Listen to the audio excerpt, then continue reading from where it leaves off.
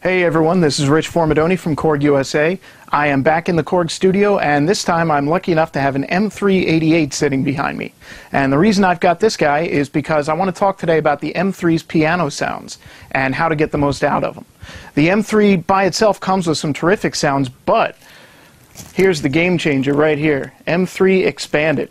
If you have an M3 and you haven't gone online to download your free Expanded update, please do that. It is free. It gives you sound expansion libraries, including a beautiful new piano, and all kinds of other cool upgrades that you can check out in another one of my videos.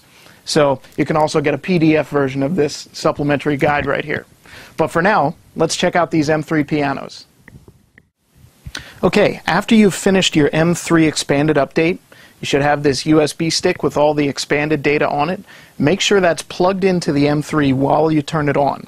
Now, after it finishes powering up, you'll have this Stereogram 4-Way 1 EX3 piano to play with. It's the very first program in the M3, and it sounds pretty good.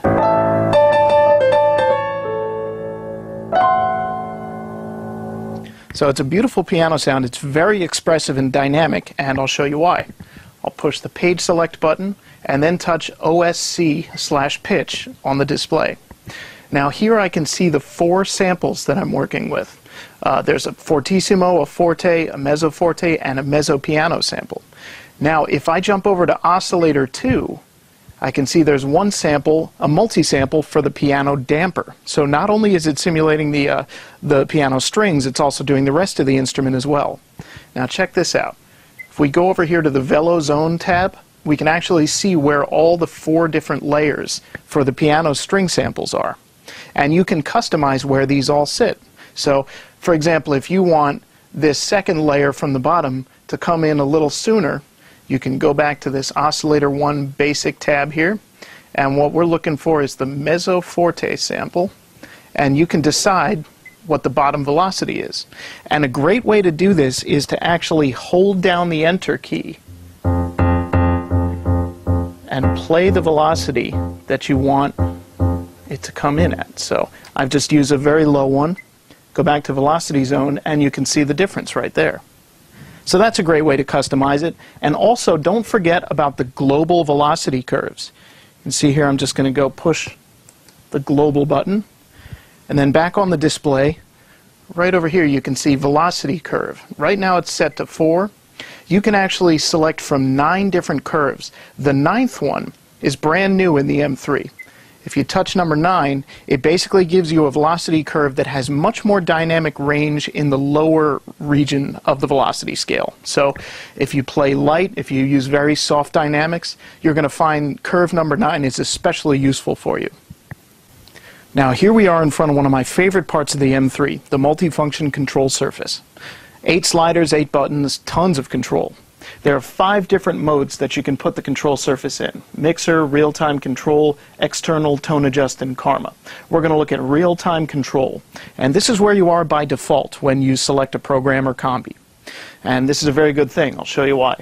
The first 4 sliders are always going to be cutoff, resonance, envelope intensity, and release. The second 4 sliders are going to be doing different things for each program or combi that you select. So, for example, this one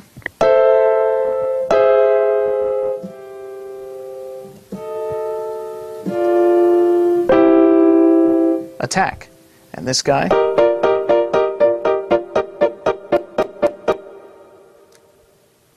decay, chorus, and the middle is 0 on that one, and the last one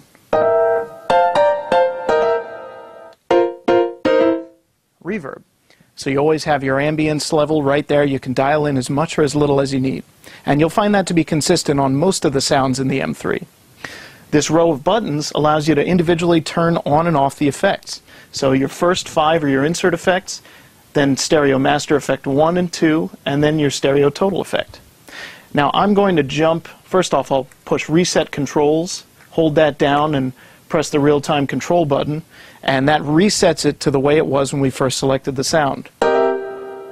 Now I'm going to jump over to mixer mode and show you something else that's very cool.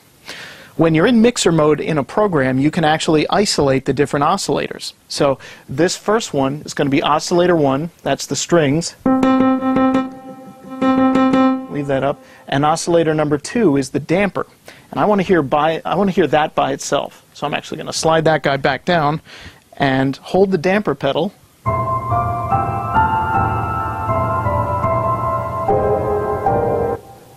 And if you let the pedal go, you can hear the sound stops. Now also, don't forget about the left side of your M3 where there are some very useful controls as well. The ribbon is functioning like an EQ. And the cool thing there is, because you'll obviously have to take your hand off the ribbon, we've set switch 2 to be a lock. So you can find the sweet spot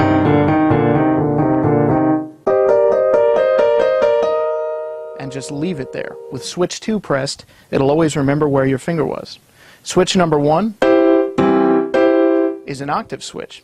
And don't worry about having to grab these controls and accidentally pitch bending here, because the pitch bend for the piano has been turned off to preserve the realism.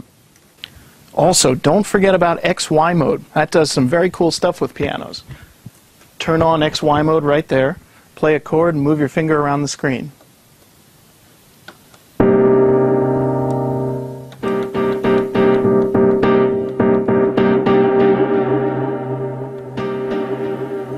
So as we move between up and down, we get a cool modulation delay, and left and right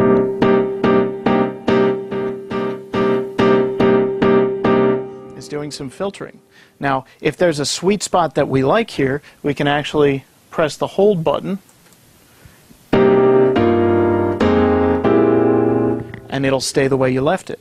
Now, the cool thing here is you can actually save the program with XY mode and the hold button engaged. So if you find a certain spot that you really like, you can save it that way, and next time you call up that particular program or combi, it'll already be turned on and ready to play with.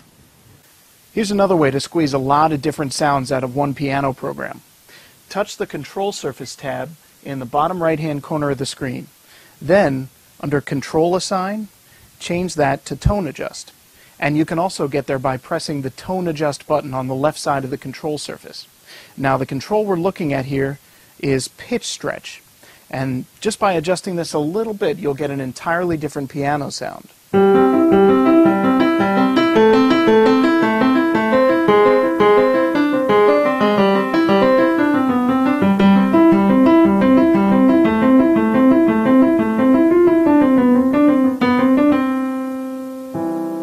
So lots of different sounds can come out of just that one program. And that's a really neat little bit of trickery there. It's simultaneously detuning and transposing the samples that are being played.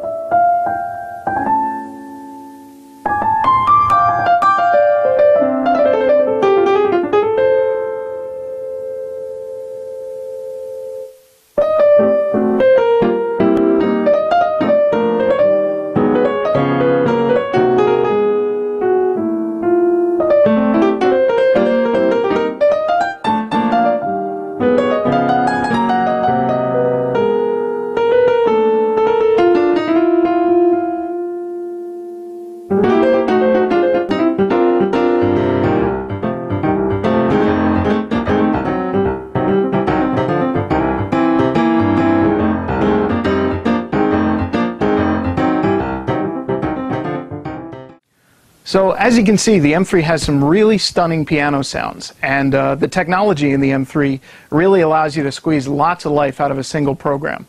Thanks very much for watching. See you next time.